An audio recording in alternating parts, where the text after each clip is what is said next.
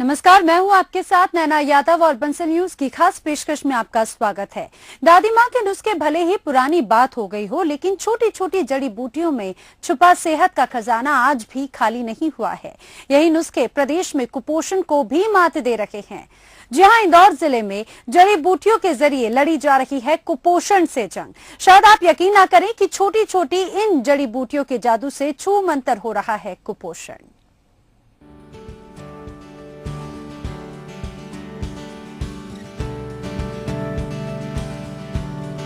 जंगल में मिलने वाली जड़ी बूटियां कुपोषण को मात दे रही हैं। जो काम दवाएं सालों साल में करती हैं, इन जादुई जड़ी बूटियों ने वही काम कुछ दिनों में कर दिखाया है। ये कोई अंधविश्वास या फिर निराधार दावा नहीं है। इंदौर में डॉक्टर्स भी आयुर्वेद के जादू को मान रहे हैं, जो इन दिनों जिले के कुपोषित बच्चों को दिया जा रहा है। जड़ी बूटियों से बने तेल की मालिश ने कुपोषित बच्चों को तंदुरुस्ती की नेमत दी है। दरअसल ये एक छोटा सा प्रोग्राम पहले किया था, करीब 20-25 बच्चों को लेके। वहाँ पर जो देखने में आया कि वज़न गेन का जो परसेंटेज है बहुत ज़्यादा रहा है, तो ये विचार में आया कि क्यों ना जितने भी अति कम वजन के बच्चे हैं और ख़ास तौर से 6 महीने से 3 साल तक के बच्चे जो ज़्यादा संभावना कमजोरी होने की बनी रहती है, उनको टारगेट करके, लक्ष्य करके ये कार्यक्रम बनाया गया है। तेल की मालिश और औषधियों की खुराक ने कई बच्चों को नई जिंदगी दी है। उड़द दाल, तिल का तेल और साथ में कुछ जरूरी जड़ी बूटियों ने कुपोषित बच्चों पर तेजी से असर दिखाया। जिले के कुछ गांवों में कैंप लगाकर जड़ी बूटियों का प्रयोग हुआ और बच्चों का वजन 300 ग्राम से 1 किलो तक बढ़ गया। बढ़िया एपिटाइजर तरीके से कुपोषण का मुख्य कारण है अपर्याप्त अवशोषण, तो उसको भी हमने ध्यान में रखा है। बच्चों का अच्छे तरीके से जो अवशोषण हो, इसके लिए हम अरविंदास हो, कुमारियास हो, जिससे इनकी भूख बढ़ेगी, जीतनी पाचन शक्ति जो आयुर्वेद के मान से बढ़ाना जरूरी है, और जो खा रहे हैं वो प्रॉपर तरीके से बच्चों को शरीर में लगे, पूरी तरीके से उसका एक्सट्रैक्ट बॉडी में जाए ये। और इसके अलावा फिर कैल्शियम सप्लीमेंट हम दवाइयाँ दे रहे हैं। कैल्शियम सप्लीमेंट में मुक्का, प्रवाल, कपुरंदक, भस्म और इस तरह की जो दवाइयाँ दी जा रही है, जो डायरेक्ट बॉडी के अंदर एब्जॉर्ब हो जाती है। इस टाइप का कैल्शियम है वो कि जो सीधे बॉडी के अंदर एब्जॉर्ब हो जाता है, इसलिए ये कैल्शियम दिया जा रहा है। इसके अलावा ज़्यादातर बच्चे एनीमिक होते हैं, कुपोषित बच्चे, इनका एनीमिया दूर करने के लिए हम पुनर्नवादी मंडू, नवाया फ्लो और इस तरह की मेडिसिन दे रहे हैं। जड़ी बूटियों की खुराक खीर और इसी तरह के दूसरे अन्न के साथ माताओं को भी दी जा रही है, ताकि उसका असर बच्चों में दिखाई दे। और बच्चों में जो असर दिख रहा है, उससे उनकी मम्मियों में भी उनकी तंदुरुस्ती की आस बंधी है। बच्चों को अच्छे हाथ पैर अच्छे चुस्त रहते हैं, मतलब चलने फिरने में अच्छे रहते हैं, नींद अच्छी आती है, उससे थकावट मिट जाती है बच्चों की। बच्चों की मालिश बहुत ज़रूरी होती है, मालिश करना जिससे बच्चे की हड्डियां मजबूत होती हैं। और अच्छा जो भी तेल है, आयुर्वेदिक तेल भी अच्छे होते हैं, अच्छे से मालिश करना बच्चों की बहुत जरूरी। आयुष डॉक्टर्स, महिला बाल विकास विभाग और एलोपैथी डॉक्टर्स ने साथ मिलकर ये प्रयोग शुरू किया है। इसके बेहतर नतीजे मिलने के बाद अब इसे पूरे जिले के अस्पतालों में लागू किया जाएगा। साथ ही आंगनबाड़ी केंद्रों में भी इसकी जानकारी दी जाएगी, ताकि ज्यादा से ज्यादा किशोरी और महिलाएं इसका फायदा उठा सके। वसीम अहमद, बंसल न्यूज, इंदौर। तो कुपोषण की समस्या से निपटने के लिए जो कदम उठाए गए हैं, चाहे बात वो आयुष डॉक्टर्स की हो या फिर एलोपैथी डॉक्टर्स की, ये कदम काफी कारगर अब होते नजर आ रहे हैं। 300 ग्राम से लेकर 1 किलो तक बच्चों के वजन में बढ़ोतरी हुई है, जो कि वाकई में कहा जा सकता है काफी एक सकारात्मक ये कदम भी है और काफी असरकारक भी अब कदम साबित होता नजर आ रहा है।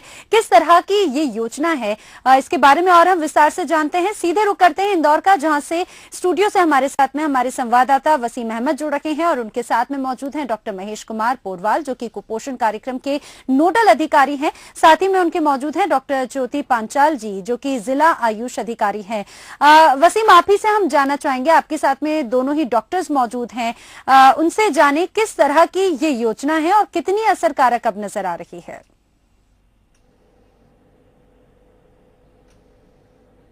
जी बिल्कुल, हम बात करेंगे दोनों ही डॉक्टरों से इस योजना के बारे में। और सबसे पहले मैं ये बता दूं कि योजना का असर तो हमने दिखाया है आंकड़ों में भी कि आज एक परियोजना में 42 में से 39 बच्चों का वजन बढ़ा और दूसरी परियोजना में अभी हाल ही में जो रिजल्ट आए हैं वो भी बेहद चौंकाने वाले हैं और बेहद सकारात्मक है। 40 में से 40 बच्चों का वजन बढ़ गया। सबसे पहले हम डॉक्टर ज्योति पंचाल की तरफ रुख करेंगे जो जिला आयुष अधिकारी है और उनसे जानेंगे कि आखिर किस तरह ये योजना पूरी काम कर रही है, क्या इसको कैसे रणनीति बनाई गई है ताकि हर कुपोषित बच्चे तक आप लोग पहुंच सकें। रणनीति तो हमारी काफ़ी समय से चल रही है। सन 2012 और से 13 तक जो डॉक्टर हैं हमारे डॉक्टर महेश पोरवाल सर, उन्होंने 299 बच्चों को टारगेट करके इस अभियान को चलाया था और उसमें 88% रिजल्ट मिला है। और उसमें हमारे विभाग ने इस कार्यक्रम को बड़े स्तर से लॉन्च किया और इसे बाल आयुष कुपोषण नियंत्रण कार्यक्रम का नाम भी दिया मध्य प्रदेश शासन ने। तो उसी के तारतम्य में हम लोगों ने महिला बाल विकास विभाग से जो ये समन्वय करके जो कैंप हैं वो शिविर हम अलग अलग जगह बच्चों को टारगेट करके और कर रहे हैं और उसके रिजल्ट मिल रहे हैं। एक खास बात थी कि आयुर्वेद से लोग काफी दूर रहे। जब इसमें 3 साल पहले भी इसमें 300 बच्चों का इतना अच्छा रिजल्ट आया, काफी लंबा वक्त गुजर गया लेकिन उस पर काम नहीं हो पाया। अब आपका फोकस कैसा रहेगा, क्योंकि कुपोषण ग्रामीण क्षेत्रों में भी ज्यादा है, स्लम्स में भी काफी ज्यादा है, वहां पर कैसे पहुंचेंगे? अभी तो हमारी योजना, चूंकि मैं जिले से हूँ, इंदौर जिले से ही हूँ, तो मेरी कार्य योजना इंदौर जिले के लिए ही है और शासन ने सारे मध्य प्रदेश के लिए तो लागू किया ही है, लेकिन मैं अपने जिले के लिए ये चाहती हूँ कि रिजल्ट बहुत अच्छे हैं तो हम इसको चूंकि अभी तक हाईलाइट नहीं हुआ है, प्रचार प्रसार की कमी के कारण जो है ये कार्यक्रम बहुत अच्छे स्तर पर नहीं पहुंच पाया, लोग इससे वंचित रहे हैं। तो आगे हम चाहेंगे कि इसका प्रचार प्रसार अच्छे रूप से हो और लोग इस सेवा का लाभ लें। नैना, एक बड़ी बात यहाँ पर सामने आती है कि जैसा जिला आयुष अधिकारी भी कहती है कि प्रचार प्रसार नहीं हो पाया।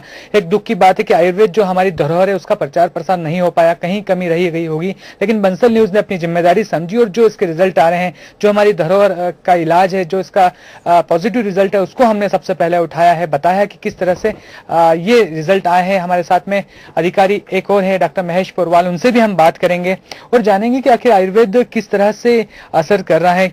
एक लंबे समय से कुपोषण गंभीर समस्या रही है, लेकिन अब सिर्फ 20 दिनों में ये रिजल्ट आना कैसे पॉसिबल हो पाता है? किन किन चीजों का आप इस्तेमाल कर रहे हैं जो ये इतना तेज रिजल्ट दे रहा है? इसमें हम मेन जो चीज है बच्चों की फिजिकल एक्टिविटी बढ़ाने के लिए उसको मालिश पे ध्यान दे रहे हैं। जैसे ग्रस्त व्यक्ति को हम बोलते हैं कि तुम जिम जाओ, व्यायाम करो तो आपकी हेल्थ अच्छी बनेगी। बच्चा व्यायाम नहीं कर सकता तो बच्चे के लिए उसकी मदर को हम ट्रेन कर रहे हैं इसके लिए कि उसकी मदर ट्रेन हो जाए, उसको मालिश का प्रशिक्षण दे दिया जाए। मालिश कैसे करना है, आयुर्वेद में मालिश बहुत तरीके से वर्णित की गई है, तो कहाँ पर अनुलोम गति से करना है, कहाँ प्रतिलोम गति से करना है, इसका हम विशेष ध्यान दे रहे हैं और उनको बता रहे हैं कि कहाँ अनुलोम गति से और कितनी मात्रा में मालिश करना है, मालिश कब करना है, कब नहीं करना है, ये भी सब उनको बता रहे हैं कि किसी प्रकार का संक्रमण होने पर, बुखार आने पर, अतिसार होने पर मालिश नहीं करें, इसमें इस समय रोक दें, क्योंकि आपके हम कुपोषण की श्रेणी से बच्चे को बाहर करने का प्रयास कर रहे हैं ताकि बच्चा आपका कुपोषण की श्रेणी से बाहर होगा और जब आप इस तरह के संक्रमण हो, बुखार दस्त वगैरह हो, उसमें मालिश को रोक दें और उसके बाद फिर मालिश चालू कर दीजिए। तो 20 दिन में हमने मालिश तो दी है, मालिश के साथ में हमने इनको जो कैल्शियम सप्लीमेंट होता है वो भी अच्छा नेचुरल कैल्शियम है, मुक्ता, प्रवाल, ककुटांतक भस्म वगैरह इस तरह की जो चीजें दी है जो सीधी बच्चों को डायरेक्ट एब्जॉर्ब हो जाती है, वो हमने दी है बच्चों को। तो इससे बच्चे तेजी से उनका इम्यून सिस्टम मजबूत होता है बच्चों का। और मालिश वाला जो मैटर है, मालिश सिर्फ बच्चों के ऊपर सिर्फ बाह्य प्रभाव नहीं करता, आयुर्वेद के मान से मालिश जो है उसका सार्वजनिक प्रभाव पड़ता है। सार्वजनिक प्रभाव से मतलब ये है कि उसके प्रॉपर हार्मोन रेगुलेट होते हैं, एंडोक्राइन्स रेगुलेट होते हैं और एक बॉडी में हार्मोनी बनती है और बच्चा मालिश के उससे उसका व्यायाम हो जाता है, बच्चा उसके बाद में सो जाता है। सोने से बच्चा पोषण प्राप्त करता है और वो पोषण के द्वारा ही बच्चे की कुपोषण की श्रेणी से बाहर करते हैं। यूनिसेफ के क्राइटेरिया के मान से किस उम्र में किस बच्चे का कितना वजन होना चाहिए, उसी से उसको 3 श्रेणियों में महिला बाल विकास विभाग ने किया हुआ है निर्धारित: सीवियर अंडरवेट, मीडियम अंडरवेट और नॉर्मल। तो सीवियर अंडरवेट जो बच्चे हमने अभी 40 लिए, 40 बच्चों के अंदर देवालपुर सेक्टर में सभी बच्चों ने भार वृद्धि प्राप्त की और इस तरीके से टोटल पूरे जिले के हमने 2000 बच्चों को ले लिया है और 2000 बच्चों पे फेज का जो ट्रीटमेंट है वो 2000 में से करीब हम 1600 बच्चों पे दे चुके हैं अभी, और इसके बाद में 3 बार फॉलोअप भी रखे हैं, 20-20 दिन के अंतराल में फॉलोअप रखा है, और फॉलोअप के बाद में उनके रिजल्ट लिए जा रहे हैं। तो नैना, फॉलोअप जो काफी अहम रोल निभाता है कुपोषण में, चूंकि बच्चे कुपोषण का इलाज होता है अति कम वजन वालों का, लेकिन इलाज भी हो जाता है, लेकिन यदि उस पर निगाह नहीं रखी गई, निगरानी नहीं रखी गई, तो हो सकता है कि ये वापस भी लौटा है। इसलिए आयुष विभाग ने ये भी तय किया है कि 20-20 दिन में इनका फॉलोअप भी लिया जाएगा। जी बिल्कुल, यानी कि इस समय जिस तरह से कुपोषण एक जो समस्या यहाँ पर नजर आती है, चाहे बात वो नवजात बच्चे के लिए हो या फिर उसकी माँ के लिए, और इन दोनों ही समस्याओं को निपटाने के लिए भी अब कदम उठाए जा रहे हैं, चाहे बात मां की हो या फिर बच्चे की। एक पोषण आहार उन्हें मिल सके आयुर्वेद के अनुसार, उसके लिए एक योजना भी शुरू की गई है जो कि काफी सकारात्मक और कारगर होती नजर आ रही है। यहां पर हम रुकेंगे एक छोटे से ब्रेक के लिए वसीम, लेकिन ब्रेक के बाद एक बार फिर आपके पास में लौटेंगे और जानेंगे इस योजना के बारे में और भी बहुत कुछ खास। तो यहाँ पर वक्त है एक ब्रेक का।